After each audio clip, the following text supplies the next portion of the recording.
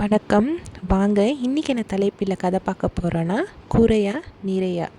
வாங்க கதைக்குள்ளே போகலாம். ஒரு ஏழை ஒரு கிராமத்தில் வாழ்ந்து வந்தான். அவன் தன் வீட்டு தேவைக்காக தினமும் ஆற்றிலிருந்து தண்ணீர் எடுத்து வருவதை வழக்கமாக கொண்டிருந்தான். தண்ணீர் எடுத்து வர அவன் 2 பானைகளை வைத்திருந்தான்.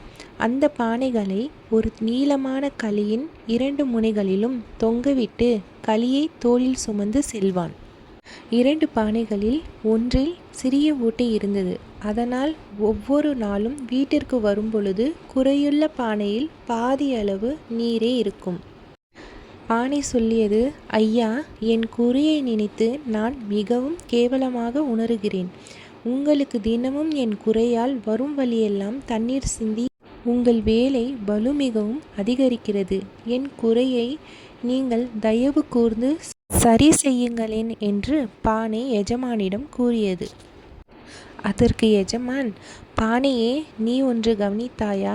நாம் வரும் பாதையில் உன் பக்கம் இருக்கும் அழகான பூச்செடிகள் வரிசையை கவனித்தாயா? உன்னிடமிருந்து தண்ணீர் சிந்துவது எனக்கு முன்னமே தெரியும்.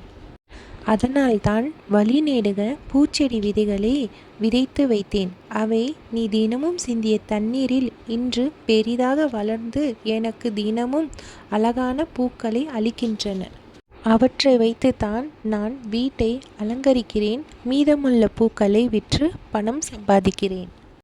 இதை கேட்ட பானை கேவலமாக உணர்வதை நிறுத்திவிட்டது. அடுத்தவர் பேச்சை பற்றி கவலைப்படாமல் தன் வேலையை கருத்துடன் செய்ய தொடங்கியது. இந்த கதை உங்களுக்கு பிடிச்சிருந்தா லைக் பண்ணுங்கள், கமெண்ட் பண்ணுங்கள், ஷேர் பண்ணுங்கள், சப்ஸ்கிரைப் பண்ணுங்கள். நன்றி. பாய்.